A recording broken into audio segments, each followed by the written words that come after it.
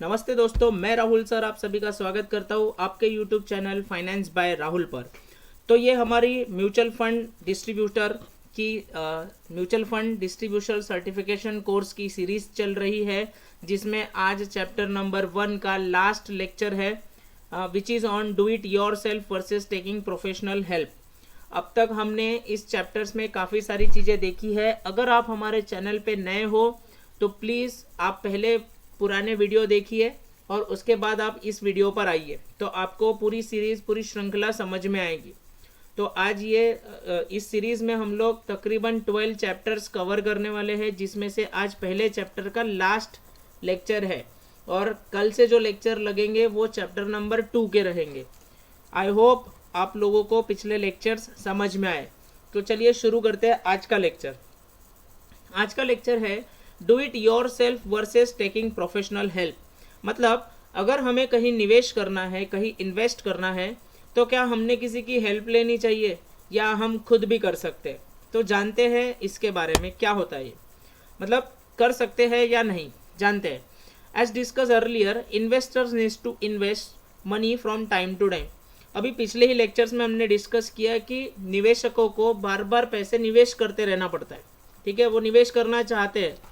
This investments can be made in various financial instruments ranging from, अब बहुत सारी जगहों पे लोग इन्वेस्ट करते हैं, जैसे कि गवर्नमेंट स्पॉन्सर्ड स्कीम में, फिक्स डिपॉजिट में, कंपनी के डिबेंचर्स में, शेयर्स में, रियल इस्टेट में, गोल्ड में, सिल्वर में, काफ़ी जगहों पे लोग पैसा इन्वेस्ट करते हैं।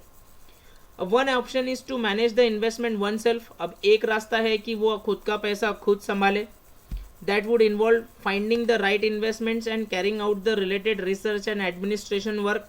लेकिन अगर खुद का पैसा खुद संभालना है तो आपको राइट इन्वेस्टमेंट क्या है ये ढूंढना पड़ेगा, उसके ऊपर रिसर्च करनी पड़ेगी, एडमिनिस्ट्रेशन वर्क करना पड़ेगा।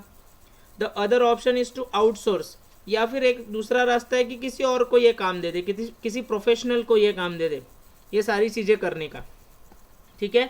The other option is to outsource the entire job to a professionals or a company engage in such a business. Okay, a mutual fund is that second option. तो हम जो second option की बात कर रहे हैं वो है mutual fund. It is manage by a team professionals. अब म्यूचुअल फंड में क्या होता है, एक असेट मैनेजमेंट कंपनी होती है, उनके अंडर फंड मैनेजर्स होते हैं, फंड मैनेजर के हाथ के नीचे 50 लोगों की टीम होती है, पूरे प्रोफेशनल्स लोग होते हैं, जिन्हें पूरा स्टॉक मार्केट, शेयर बाजार, रियल इस्टेट, आपको कहाँ पैसे लगाने, सब चीज़ों का नॉलेज होता है। This is what really needs to be understood by choosing to invest through mutual fund. ये हम इसलिए जानना ज़रूरी है कि हम क्या म्यूचुअल फंड के थ्रू जाए या खुद का पैसा खुद संभालें। One is not investing in alternative investment option but only changing the way of investing money. The entire job of investing is outsource to a professional firm. या हम खुद संभालें या किसी प्रोफेशनल फर्म को ये काम दे दे। So the next logic question, अब नेक्स्ट सवाल ये बनता है, which of the two choices is better. इन दो में से कौन सी चॉइस बेटर है? क्या हम खुद का पैसा खुद लगा दे या किसी प्रोफेशनल की हेल्प ले ले इन पैसे को मैनेज करने के लिए? तो इसे 3 टुकड़ों में बांटा गया है, 3 सवालों में इसे बांटा गया है। Can one do the job oneself, does one want to do it, और थर्ड है can one afford to outsource. Okay, तो वन बाय वन देखते हैं। Can one do the job oneself? Okay, this is the question about ability. अभी क्या हम वो काम खुद कर सकते हैं? तो ये सवाल हो गया आपके एबिलिटी से रिलेटेड।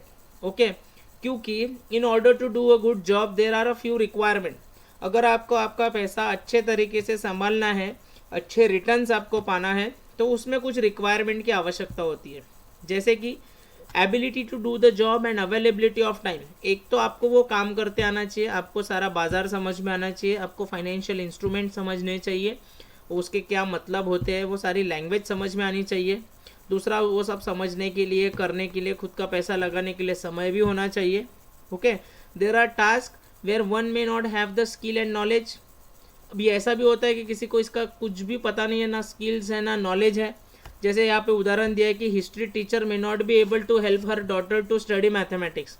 हिस्ट्री का टीचर अपनी बच्ची को मैथमेटिक्स पढ़ाने में हेल्प नहीं कर सकता in the higher classes. At the same time one may not have enough time required for the job. तो हो सकता है कि उसके पास वो स्किल ही ना हो, वो नॉलेज ही ना हो।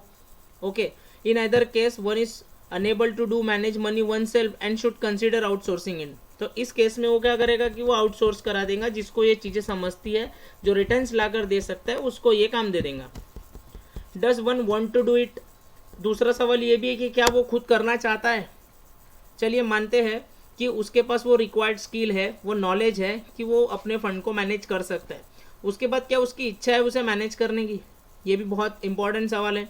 It is very likely that one may not enjoy money management, either the research and analysis और एडमिनिस्ट्रेशन और अकाउंटिंग, है ना।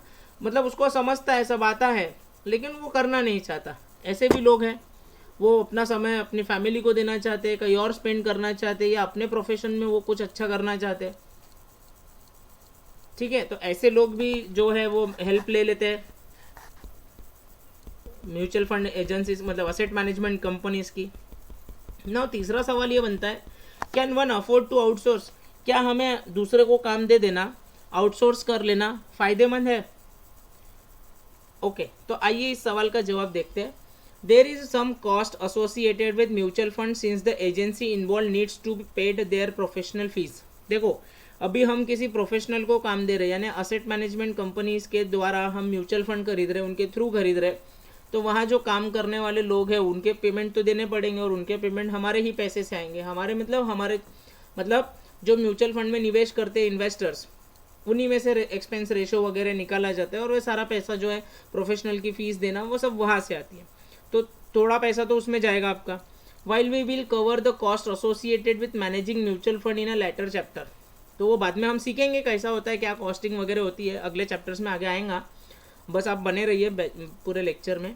It is important to mention here that SEBI has issue guidelines on the maximum amount that can be charge to the fund. तो इसके लिए सेबी ने पहले से लिख रखा है कि कौन सी म्यूचुअल फंड, मतलब कौन से म्यूचुअल फंड्स में यानी कितना AUM होने के बाद आप कितना परसेंट में चार्ज कर सकते हैं, उसके ऊपर वो चार्ज नहीं कर सकते। ऐसे कैप्स वगैरह जो है सेबी ने लगा रखा है, वो अगले चैप्टर्स में हम लोग पढ़ने वाले हैं। Most people make the mistakes of comparing this fees with zero cost of managing one's own money oneself. By this comparison the cost of mutual fund always looks higher between the two option. अभी देखो, लोग जब compare करते हैं कि जब मैं खुद मैनेज कर रहा हूँ तो कुछ भी पैसा नहीं लग रहा है, और म्यूचुअल फंड एजेंसी के द्वारा कर रहा हूँ तो पैसे लग रहे हैं, तो हमेशा उसके पैसे ज़्यादा ही निकलते हैं। अभी हमारा इसमें जो समय गया है उसको वो काउंट ही नहीं करती पब्लिक, यानी जो खुद से खुद का पैसा लगा रही है। What is miss out in this comparison? It is hidden cost of doing the investment management job on one's own. This hidden cost comes in the form of one's time and the potential mistakes that an individual investor is likely to make. अभी इसमें भी उसकी costing बैठती है। अगर मैं खुद के पैसे खुद मैनेज करता हूँ तो कॉस्टिंग ये बैठती है कि मैं उसको समय दे रहा हूँ, मेरा टाइम जा रहा है, ठीक है। फिर मैं पोटेंशियल मिस्टेक्स कर रहा हूँ, यानी जहाँ पैसा बनना चाहिए वहाँ नहीं बना पा रहा हूँ। अगर वही प्रोफेशनल बंदा रहा तो वो चीज़ें, वो पैसा बन जाएगा, मेरा समय भी वेस्ट नहीं होगा। तो ये चीज़ों को लोग काउंट नहीं करते जब कंपेयर करते। ओके, अभी एक कुछ एग्जाम्पल लग रहा है सामने, देख लेते हैं। First let us look at the cost of one's time. Let us assume that person generate the same investment returns as what a fund manager would have generate before the cost. तो ये मान के चलते हैं कि एक बंदा जितने पैसे बनाने वाला है उतना ही फंड मैनेजर ने उसके पैसे बना के दिया। Let us also assume that the cost of fund management is 2%, fund management की कॉस्ट है 2%। This means if one is able to generate 12%, यानी अगर मैं खुद के पैसे खुद इन्वेस्ट करके पैसे बना रहा हूँ तो 12% में बना रहा हूँ, ओके। और फंड मैनेजर ने भी 12% बना के दिया, लेकिन 2% उसको गए, okay. By investing one self the mutual fund scheme would return 10% net of the fund management charges, बराबर। तो हमें 10% बना, क्योंकि फंड मैनेजमेंट चार्जेस में 2% चला गया। On a portfolio of ₹10 lakh, this amounts to a saving of रफली 20,000। 10 लाख लगा रहे तो मोटा मोटा 20,000 रुपये में आ रहा है for the year. It is worth spending the amount of time one is required to spend for this saving. तो ये वर्थ है इसमें कि भैया हमें हमारा दिमाग नहीं लड़ाना पड़ रहा है उस 2% के लिए, राइट। 2% के लिए फंड मैनेजर है, हम हमारा दिमाग हमारे प्रोफेशन में, हमारी जगहों पे लगा सकते हैं, जिसमें हम और एक्स्ट्रा ग्रोथ कर सकते हैं अपनी प्रोफेशनल लाइफ में।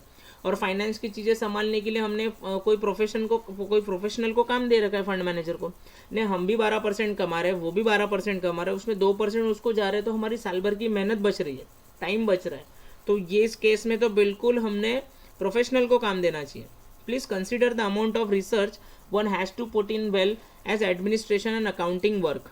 Someone may start thinking that this means investors with smaller portfolio should invest through mutual funds, but the bigger one should not. This is where the concept of the value of time should be looked at. The value of time may be higher in the case of people with more wealth.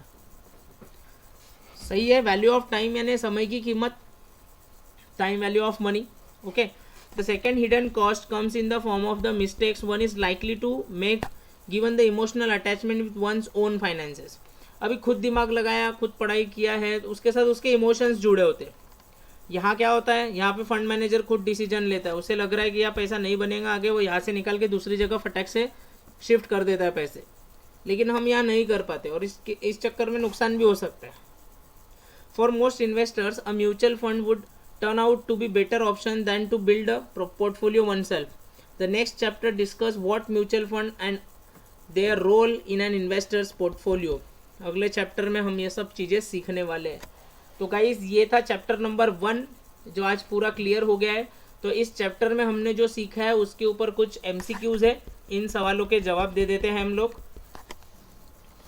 और अगर आप ये video देख रहे हैं तो आगे lecture सुनने से पहले मैं चाहूँगा कि इसके आंसर जो है वो आप सब लोग कमेंट बॉक्स में करें, है ना.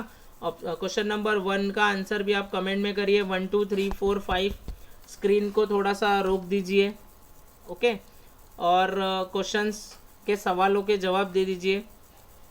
Which among the following investment Avenue does not offer income on a regular basis.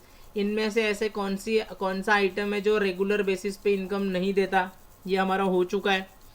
Which among the following assets category can also be purchase for consumption purpose apart from the investments. बहुत ही easy सवाल है, ये पढ़ते नहीं तो भी आप answer कर सकते हो. सबके आंसर मुझे कमेंट बॉक्स में करिए जो भी देख रहे हैं इसे. The purchasing power of currency changes on account of which of the following. Okay, asset allocation, compound interest, inflation, diversification. What is the real rate of return? Okay, ये उसके 4 ऑप्शन है. Return that the investor get after payment of all expenses, return that the investor gets after taxes, return that the investor gets after adjusting the risk, return that the investor gets after adjusting inflation. सभी सवालों के जवाब comment box में करिए. When the interest rate in economy increases the price of existing bonds increases, fluctuate, decrease. तो दोस्तों ये था आज का लास्ट लेक्चर, मतलब इस सीरीज की, इस mutual fund distribution certification course के चैप्टर नंबर 1, ओके, जिसका नाम है इन्वेस्टमेंट लैंडस्केप.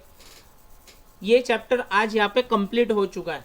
अगले वीडियो में हम चैप्टर 2 से शुरुआत करेंगे और अब आपको आएगा असली मज़ा, क्योंकि आपका जो बेसिक फंडा है वो क्लियर हो चुका है. ओके, तो बने रहिए. अगर आप इस चैनल पे नए हैं तो चैनल को सब्सक्राइब करिए और भी लोगों को बताइए चैनल के बारे में जो म्यूचुअल फंड सीरीज़ सीखना चाहता है. सो आज के लिए थैंक यू सो मच.